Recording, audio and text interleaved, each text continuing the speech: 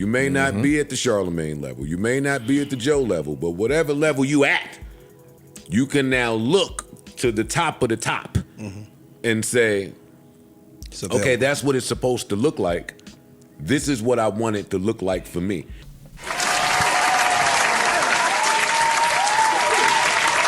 Now, the internet was all ablaze yesterday as the media streets found out that Charlamagne Tha God was inking a new $200 million deal with iHeartMedia that will include his podcast network, The Black Effect. And let me tell y'all, I can feel the hate.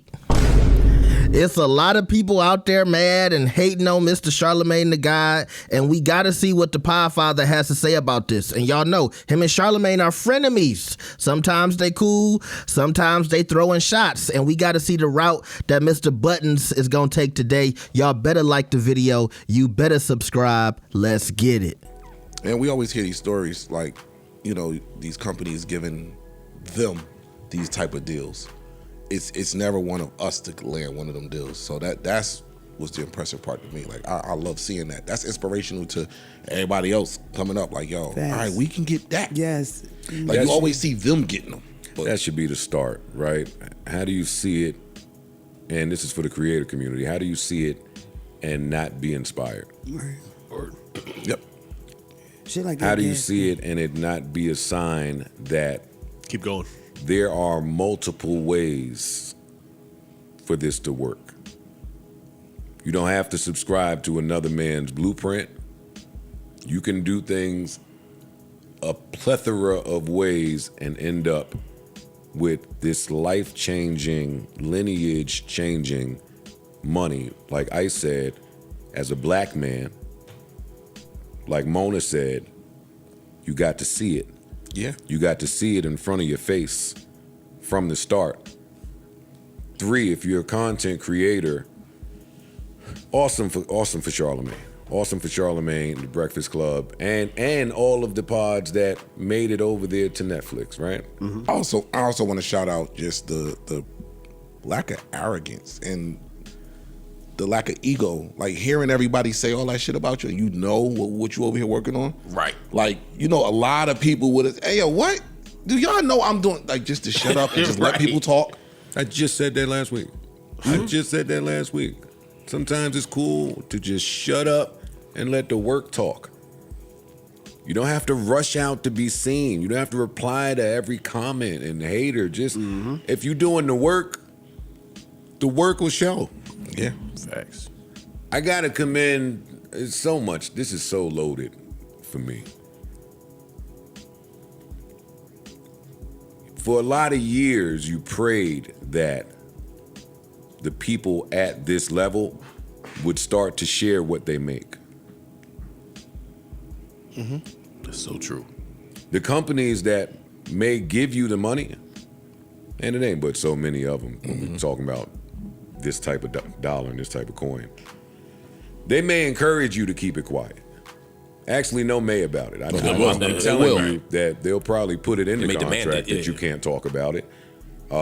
They have no problem giving it to you, but they don't want you to throw up that Thundercat symbol in the air, because now there are tangible metrics and facts and numbers for no matter what level you are. You may not be at the Charlamagne level. You may not be at the Joe level, but whatever level you at, you can now look to the top of the top and say, okay, that's what it's supposed to look like.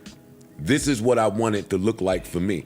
It could give you the cojones to say something in those private meetings that you might not have said before, because you're having a hard time figuring out where the value is, how's this money being made, where is it coming from, why are you in figure it out mode?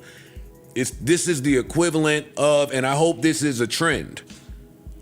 I hope this trend continues. It's the equivalent of Mahomes looking at Burrow, and Burrow looking at Lamar, and Lamar looking at Kirk Cousins' name is in here somewhere too. Yeah.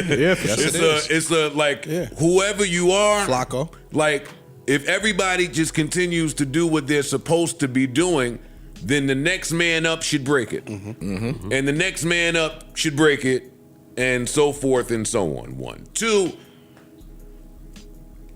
I'm always with the disruptor winning.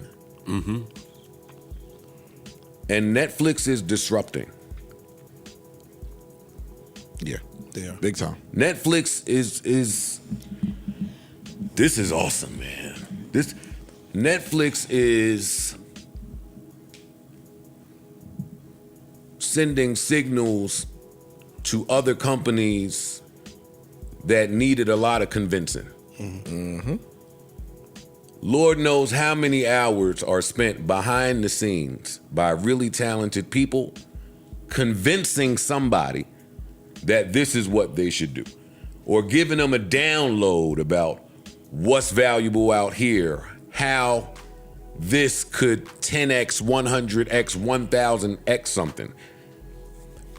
When you got a Netflix to come and pour all of this money in, it's a smoke signal to everybody else that was too arrogant. Mm-hmm. Everybody else that felt like my position is so cemented that I don't have to talk to you podcasters, you streamers, you content creators with your cooking shows. I don't have to. Yeah, sorry, Google. See, because Google might not listen to me. And they might not listen to 10 of us. And they might not listen to 1,000 of us, because they might not give a f. But when Netflix comes, yep, they hear them loud and clear. Mm-hmm. You talking about all of these content creators, successful and unsuccessful, with no choice but to use YouTube as the vehicle and outlet. That's where the eyes are. So now it don't matter what the deal says. Nope. Take your little AdSense check and get the fuck out of my face. Why? It's music industry. It's so, even if we not talking money, your algorithm ain't even helping nobody. If anything, some people could argue that the shit is more restrictive than anything. Mm-hmm. And the ebbs and flows. Some people could say that y'all redlining back there and doing all this divisive shit is gonna keep Ish in the real estate politic bubble. We ain't gonna show it to nobody else. It's gonna keep Ice in the iCloud bubble. We ain't gonna show it to nobody else. It's gonna keep Marc in his little CNN bubble, not show it to nobody else. It's gonna keep me in the black rapper box, not show it to nobody else. Then why are we here? Because there's no alternative. Mm-hmm. Right. Because creators don't have a choice. More choices is great. Always. It is absolutely great. And it's great when the other choice could look at you and say, I got just as many eyes as you. And you had every streamer, podcaster, content creator in your lap for X amount of years, and you did nothing to grow the community. Let them go. Listen, so right. In 2030, I got one of the big dogs not being very important. One of you big dogs, somebody got to be the new SoundCloud. It has to happen. Yeah, I agree. It always does. Yeah. Part of that happening go ahead. Is a Charlamagne announcement, a Casanat announcement, a Joe Budden announcement. Anybody, shit, if Mr. Beast announced something, I'm going to knock on somebody's door. Don't even really fucking name it black niggas. It don't matter. Anybody in the field. It's time to knock on doors. It's time to do rattling. It's time to have the conversations. It's time for people to circle back. Hey, that thing you wanted to. Yeah, no, this is really great. Oof. This is really, really, really, really, really great news. YouTube, your move. Joe, speaking of Joe Budden announcements, I want to congratulate you. We've been talking about Charlamagne, but you had your own announcement this weekend. According to my sources, you're the new morning host on Hot 97. According to my text messages, yes. Mine too. According to my text, good friends of mine. My barbershop. Oh, I'm sure. Yeah. Yo, you know what's funny? When them shits go out, I be thinking, who the hell is gonna believe this stuff? Same. Then everybody but everyone believes it. Have y'all noticed that he hasn't confirmed or denied it? Just for the record. I'm not taking the Hot 97 job. What? So my information is bad info. What the? I just want to make sure we clear. So no chance you're taking this job. I'm not in talks to be part of the new Hot 97 morning show. Very coy. I'm not in Very talks. dismissive. Yeah, okay. Ian's in talks. I get it. I mean, He's shit, he's very selective with his words. Oh, you not in talk. He's not. See how they do? Flex already scooping. we are not in talks with Hot 97. Not to say that we wouldn't be. Gotcha. Well, according to Funkmaster Flex, who jokingly tweeted, 3 years, 65 million. I get why people believe because the numbers start to add up. Yeah, it started to make sense. And they said New Yorker, cult following, Yeah, and we'll shake some shit up. and we'll shake some shit up. That sounds like Joe. I think Joe is absolutely right. This should inspire a lot of creators. Also, let's touch on this Hot 97 thing because I saw that floating around a lot yesterday. I saw a lot of people saying, Joe, you need to get that Hot 97 job. And y'all tell me what y'all think. I keep hearing Joe, even in his talk about Charlamagne and, the companies and all this other stuff, he was talking about announcements. And he said, that happens when Charlamagne makes an announcement. It happens when Joe Budden makes an announcement. And it's being said that in the top of 2026, Joe Budden is going to be doing a lot of crazy stuff. So there might be some new moves and movements inside the Joe Budden network or just with Joe Budden in general. So we'll see. And y'all tell me, would y'all like to see him take over the Hot 97 in the morning show from Ebro? Okay. But also just the general hate that I see Charlamagne getting, and shout out to Joe for keeping it classy and celebrating Charlamagne and seeing the bigger picture. And I'll get to that in a second because it is a bigger picture. Well, I'll get to it right now. For years, I've thought to myself, I remember when Tasha K had that Cardi B situation and it came out that Tasha K had a deal with YouTube. And since I've been on YouTube, I've only heard of 2 people having deals. And the deals are always secret. The public doesn't know about it, but I've heard Tasha K had a deal with YouTube, and I heard iShowSpeed, y'all know the big streamer, has a deal with YouTube. We don't know what that deal entails, but through the grapevine, we've heard about these deals being in place. And I've thought for years, why doesn't YouTube have some type of system where they implement a deal system and look at certain creators and say, okay, maybe you should get some type of deal.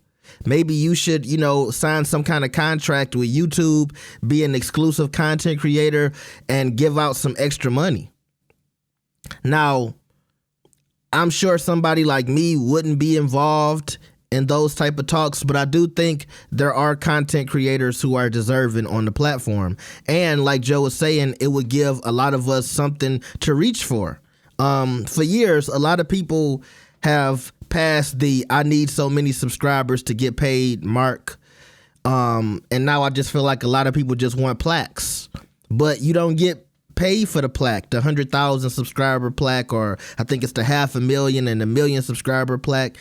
You get paid for producing content and getting views. So this whole culture of I'm trying to get YouTube plaques, it's getting played out.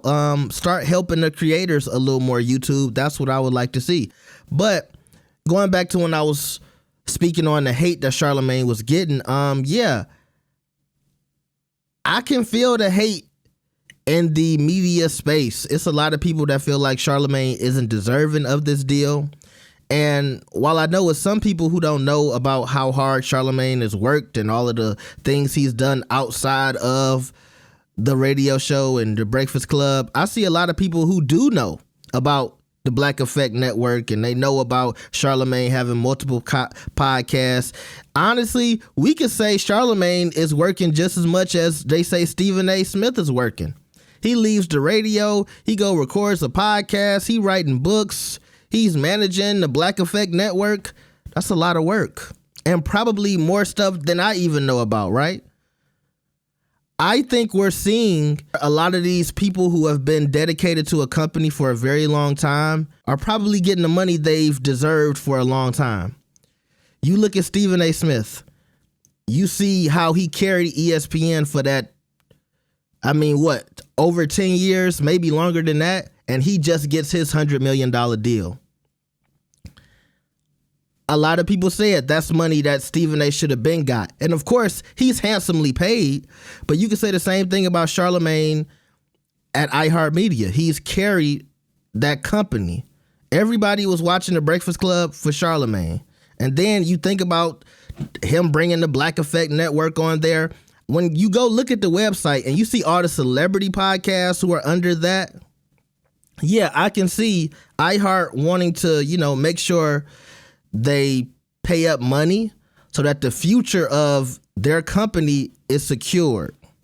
Because I think we're in a space now where we notice there isn't a lot of people replacing Charlamagne. There isn't a lot of people replacing Joe Budden. There isn't a lot of people replacing Stephen A. Smith. It was years where we thought all the YouTubers were going to come in and they're going to replace old media, but there are certain names who are staples and they aren't going anywhere. And these companies are saying to themselves, look, ain't no point of us trying to wait for these people's replacements. Ain't nobody coming. So let's give them the money so we can establish ourselves for the future.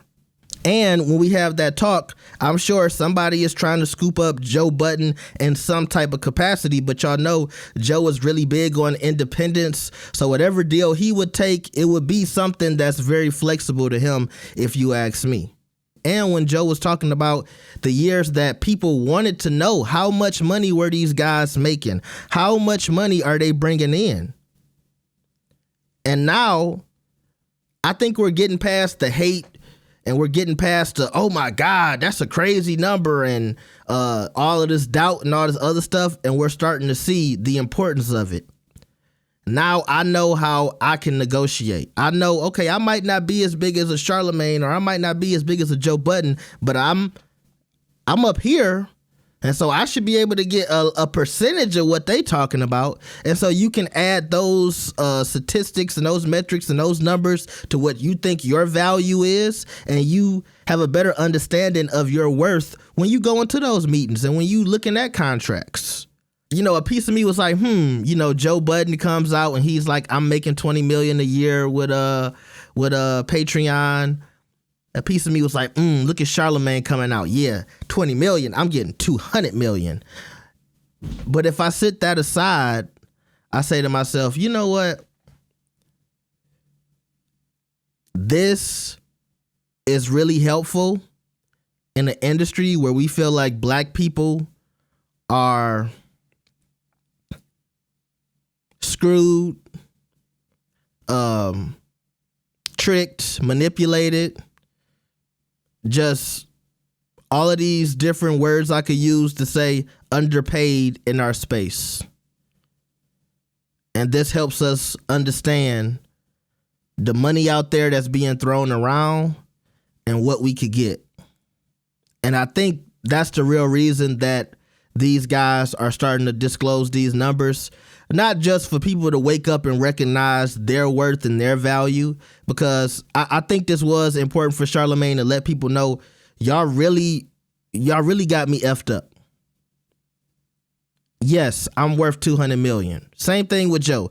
A piece of it is letting people know so you can understand the money that they really getting and the power that they hold. But also it's a positive to it too that's not so vain, which is this helps other creators, right? So thanks for listening to me yap. Let me know what y'all think about this. Like the video and subscribe. I'll see y'all next time. Peace.